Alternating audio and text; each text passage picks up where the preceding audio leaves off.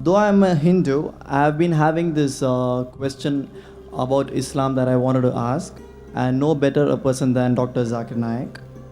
As you said in your speak many times, the Holy Quran was written 1400 years ago and is considered the most worthy and the latest revelation given by Allah.